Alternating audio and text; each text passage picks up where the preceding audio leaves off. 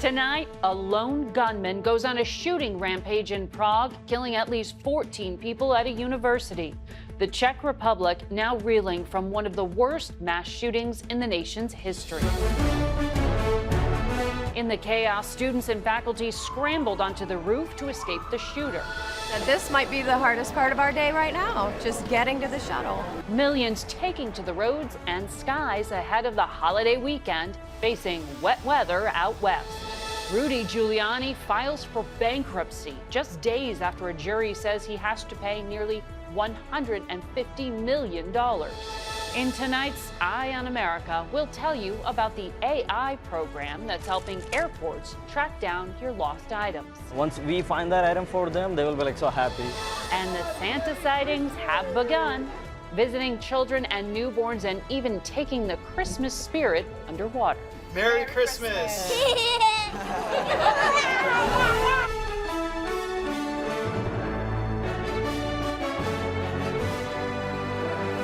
Good evening to our viewers in the West. I'm Margaret Brennan, in tonight for Nora O'Donnell. An intense storm is slamming the West, impacting holiday travel, and we'll get to it in a moment. But we begin in Central Europe with a rare, deadly mass shooting on a university campus.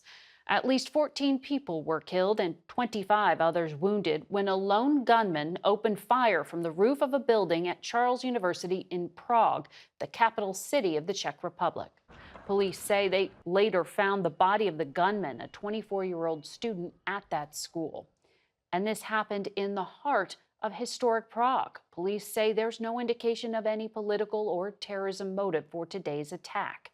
CBS's Elaine Cobb leads off our coverage tonight. Shots fired. And chaos erupted mid-afternoon at Charles University in central Prague. Panicked students and faculty ran for their lives. Police say the suspected shooter was a 24-year-old student. He took aim from a campus rooftop. Sergei Medvedev was giving a lecture when the shooting began. We barricaded the door. We put all the, desks against the door. Students were warned to stay put. While some desperately took cover on a ledge, others jumped to safety. Police say at least 14 people were killed and 25 injured. Tell me, what did you see? Yeah, we had the sirens, like 4 or 5 gunshots that were very loud. People screaming, people running for cover. Joseph Hyland and college friends visiting from England were nearby as the attack unfolded. They stayed with Harry Cranstone, who is on crutches. It's probably one of the most frightening experiences I will ever have. Video posted on social media appears to show the gunman firing atop a building in a busy historic area filled with tourists and shoppers. SWAT teams were on site within minutes, sealing off the area and evacuating buildings. A short time later, authorities say they found the shooter dead with a large quantity of ammunition beside him. The Interior Minister said the death toll could have been much higher. Earlier in the day, the gunman's father was found dead, prompting a search for the student. Police received a tip that he wanted to take his own life and was heading to the capital. Several European countries have increased security in recent weeks following a spate of attacks. Here in France, the threat alert has been raised to the highest level after a knife attack at a school 2 months ago. Margaret?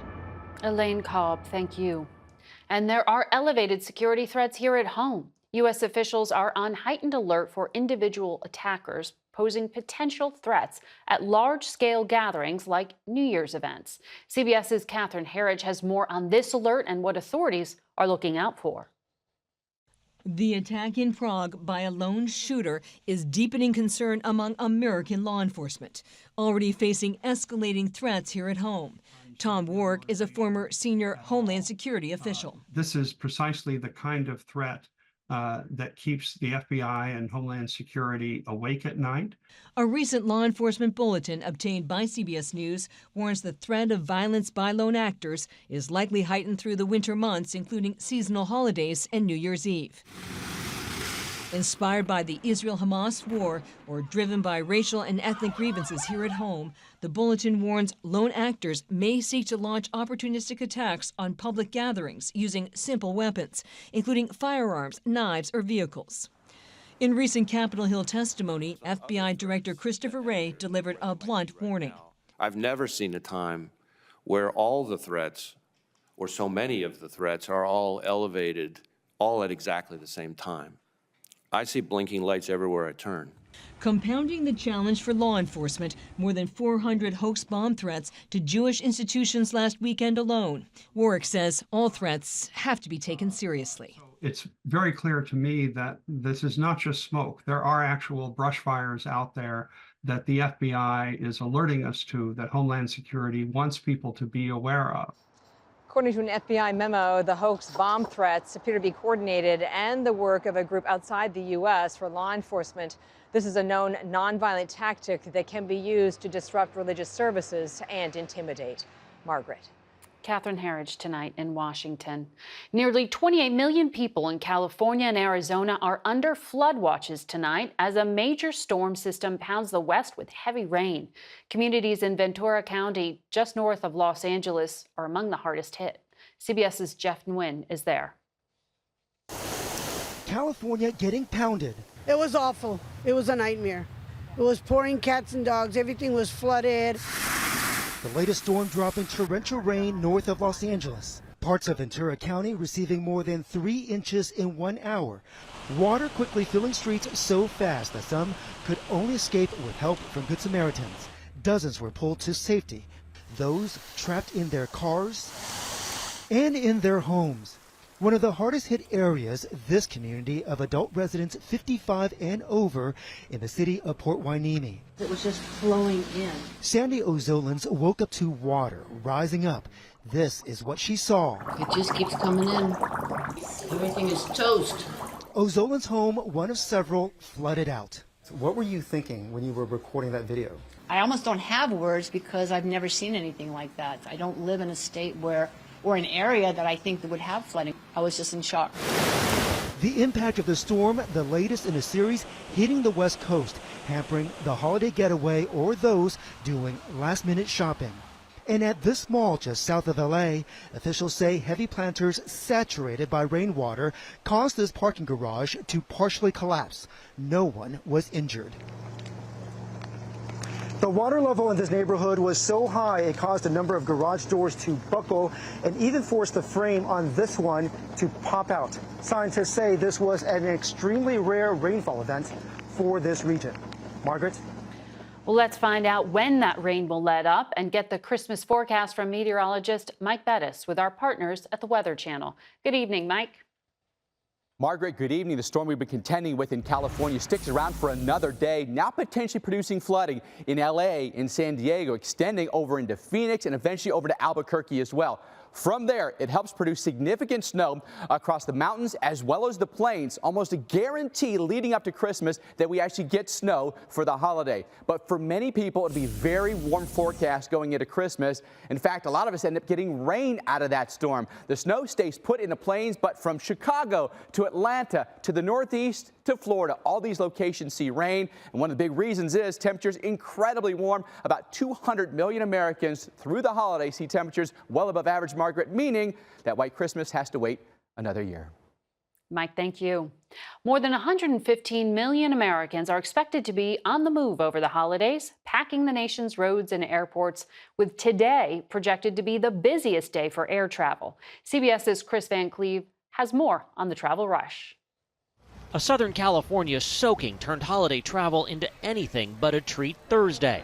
As rain poured, Sarah Barrett and daughter Kennedy made the 60-mile drive from Ventura to LAX nearly 6 hours before their flight to snowy Cleveland. This might be the hardest part of our day right now, just getting to the shuttle. So we're hoping for smooth flight and everything on time. So far it is. The nation's airlines expect more than 39 million flyers to travel during this 2-week stretch, up 16% from last year. Yeah, I don't like flying, and it's very crazy during Christmas season. Since Sunday's storm brought flooding to the Northeast, flyers have encountered close to 20,000 delays, but cancellations have remained limited. We think it's going to be another record. United CEO Scott Kirby. We had the best operational performance, both at United and for the airline industry at large over the Thanksgiving holiday. Unless there's really bad weather, we'll have another strong operation over the Christmas holidays as well. Transportation Secretary Pete Buttigieg says his office is closely tracking airline performance. How are you feeling about the state of the aviation system going into Christmas and New Year's? So far this year, we've seen dramatically improved results compared to a year ago. But the results on the roads may be less stellar for some of the nearly 104 million expected to drive this year, battling weather and traffic. It's traffic. It's traffic. You know, what can you say? As the storm moves east, it's going to move through several major airline hub cities, so the carriers are watching it closely, but so far are cautiously optimistic it won't be a storm that steals people's Christmas. Still, it'll be happening right as the peak of travel is going on, so the stakes are high. Margaret? Indeed. Chris Van Cleve, thank you. Well, former Trump attorney Rudy Giuliani filed for bankruptcy protection today under the weight of having to pay nearly $150 million for defaming Georgia election workers. CBS's Robert Costa is here with the details. Bob? Good evening, Margaret. Rudy Giuliani is now confronting a reckoning, legally and financially, over his efforts to overturn the 2020 election. The bankruptcy filing states he owes creditors nearly $152 million, a large part of which includes $146 million owed in a defamation case brought by two former Georgia election workers. Yesterday, the judge in the case ordered Giuliani to pay Ruby Freeman and Shay Moss immediately, concerned Giuliani might, quote, conceal his assets. Giuliani's spokesman says the bankruptcy filing will allow Giuliani time to pursue an appeal. An attorney for Freeman and Moss said Giuliani's move will not succeed in discharging Mr. Giuliani's debt. For an American once honored as Time's Person of the Year, bankruptcy is a prism into the mounting challenges facing him and other top allies of former President Donald Trump in Georgia. The special counsel recently went to the Supreme Court and said on an expedited basis, weigh in on this question of presidential immunity. When will we hear that decision? Margaret, we expect the Supreme Court to move sooner rather than later in the immunity question facing former President Donald Trump, as well as the question of his ballot status in Colorado following that ruling by the state Supreme Court. It really brings the Supreme Court front and center into the 2024 campaign. Bob Costa, you'll be busy. Thank you. Well, President Biden is sending top officials, including the Secretaries of State and Homeland Security, to meet with Mexico's President, Andrés Manuel López Obrador, in the coming days about this worsening migrant crisis along the southern border. More than 10,000 migrants a day have been processed every day this week along that U.S.-Mexico border, according to data obtained by CBS News. 10 Americans and a notorious U.S. fugitive released in a prisoner exchange with Venezuela are back on U.S. soil after arriving overnight in Texas and Florida. Today, Leonard Francis, known as Fat Leonard, returned to a U.S. courtroom. In 2015, he pleaded guilty to bribing high-ranking U.S. Navy officers. He was under house arrest and awaiting sentencing in San Diego when authorities say he cut off his ankle monitor and escaped to Venezuela last year. Attempts to broker another hostage release are at a standstill. Israel has vowed to bombard Gaza until Hamas is wiped out, and Hamas insists no hostages will be released without a complete stop to the war. Tonight, CBS's Imtiaz Tayeb shows us how some of the sick and wounded in Gaza were airlifted from that war zone. It's a hospital like no other, a Boeing 777. To collect and care for Gaza's most desperate. And the need is desperate.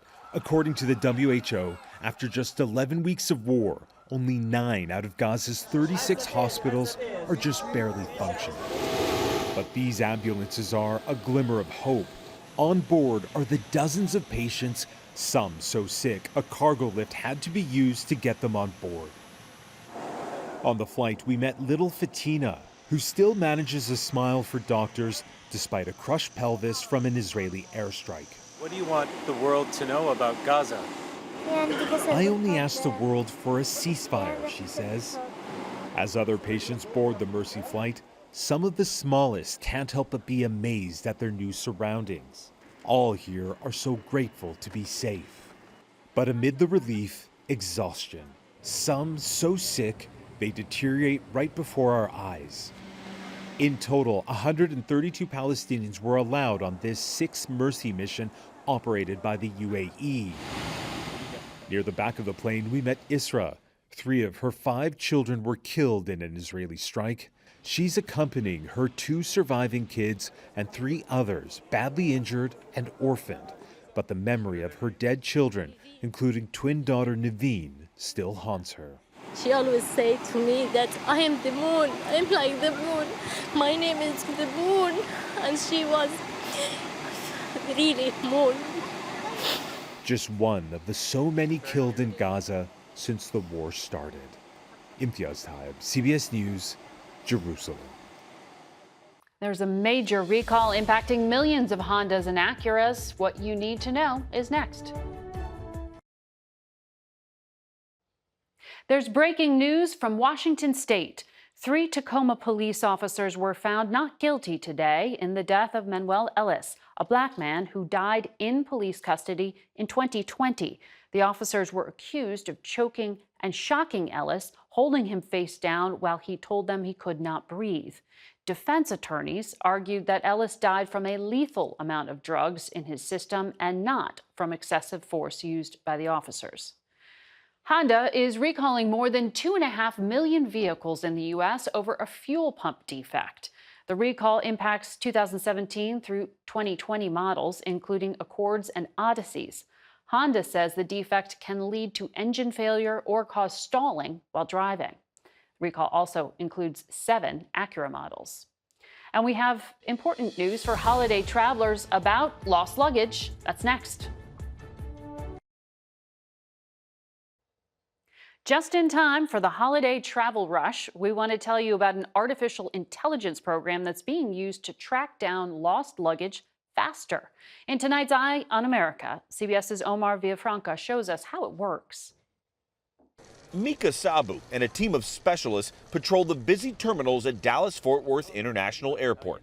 Their job? So do you have any items for the lost and found? To pick up precious cargo left behind by passengers and bring it back to the lost and found. Once we find that item for them, they will be like so happy. In a typical year at DFW Airport, more than 18,000 items are reported lost. But with the help of artificial intelligence, around 90% of the lost items found are returned to their owners. Thank you. You have a great day. Here's how it works. A person has to include details about the missing object. The AI software then tries to match the item details with pictures and descriptions of things that were found.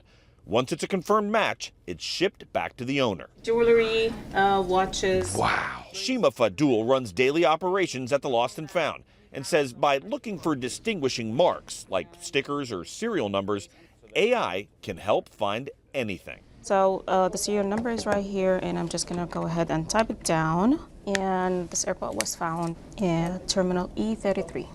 So far this year, her team found nearly 600 rings, more than 400 watches, including 7 Rolexes, all left behind by their owners. I do think that's it. Like this couple who came back for their daughter's iPad. Here is the charger. Perfect.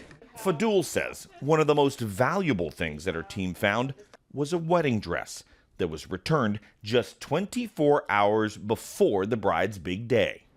A real problem solved with artificial intelligence. For Eye on America, Omar Villafranca, CBS News, DFW Airport. And Santa Claus comes to town early. The sweet surprise visits are next. Tonight's Eye on America is sponsored by WeatherTech. Auto, home, pet. Find your fit at WeatherTech.com. Finally tonight, Santa got a jump start, spreading holiday cheer to some on the top of the nice list. Hello there! Merry Christmas! The little boy was all smiles as he ran to greet Santa at a hospital in Brooklyn, New York. And in Richmond, Virginia, Santa visited babies in the NICU this week. He read to some of the hospital's tiniest patients and asked them what they wanted for Christmas. Very cute. And that's tonight's CBS Evening News. For Nora O'Donnell, I'm Margaret Brennan. Good night.